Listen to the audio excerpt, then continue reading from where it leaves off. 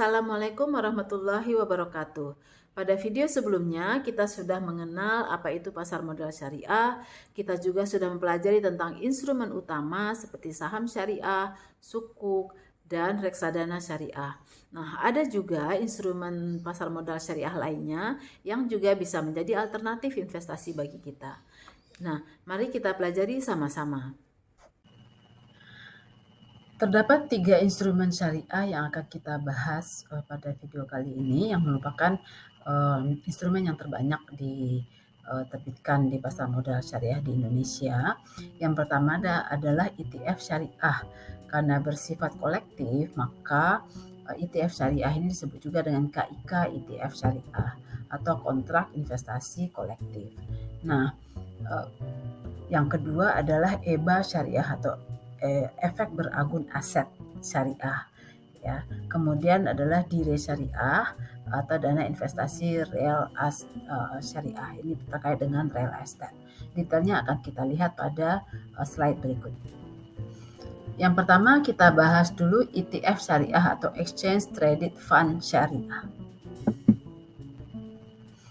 Yang pertama kita bahas dulu ETF syariah atau Exchange Traded Fund syariah.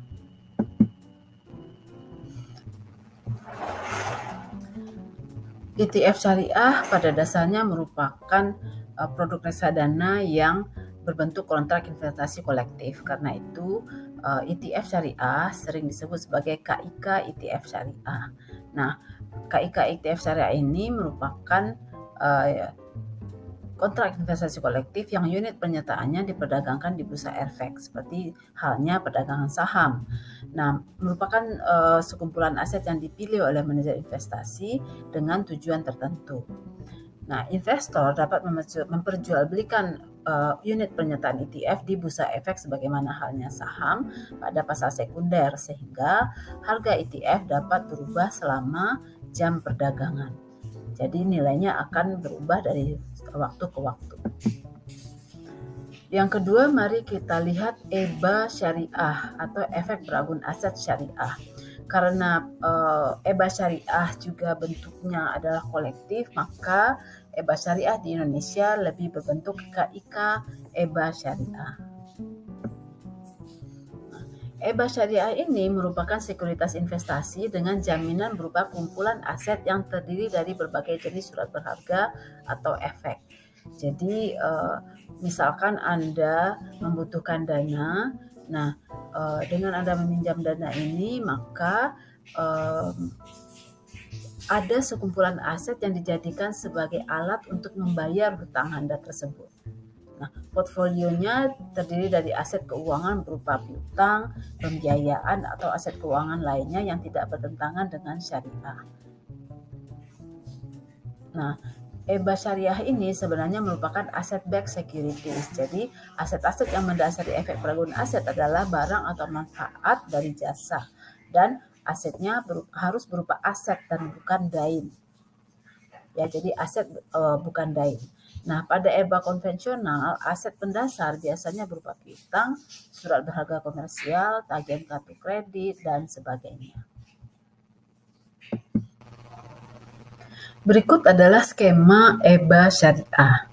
Nah, EBA syariah adalah penjualan sekumpulan aset oleh originator kepada manajer investasi, sehingga investor memiliki hak atas aset yang dijual tersebut. Skema dasarnya adalah asset securitization.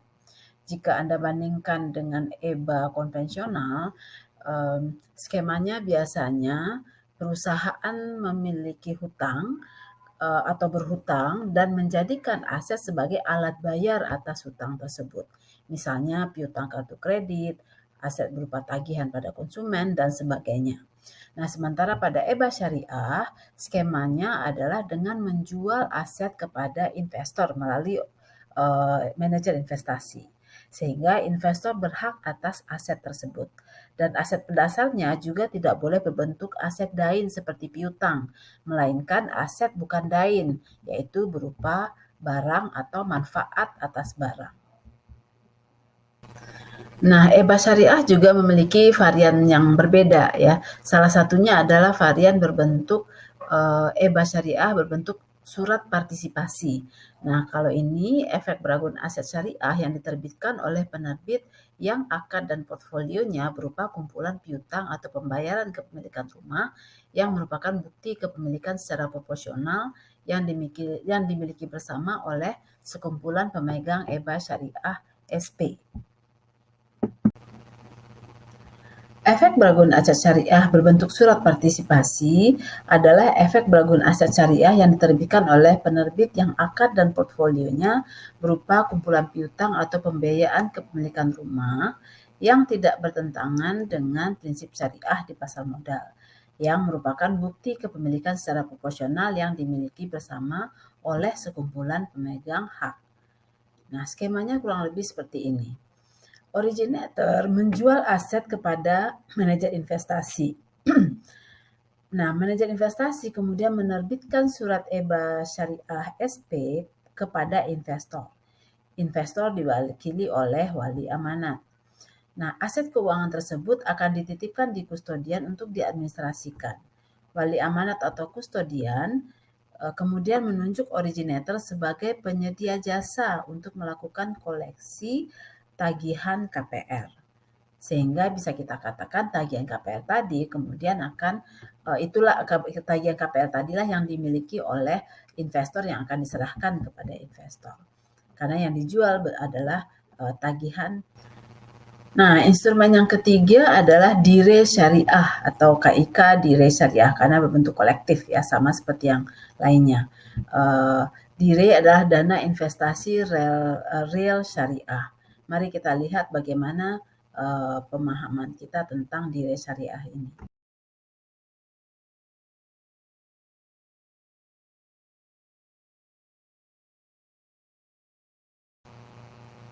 Nah, skema dire syariah ini cukup sederhana.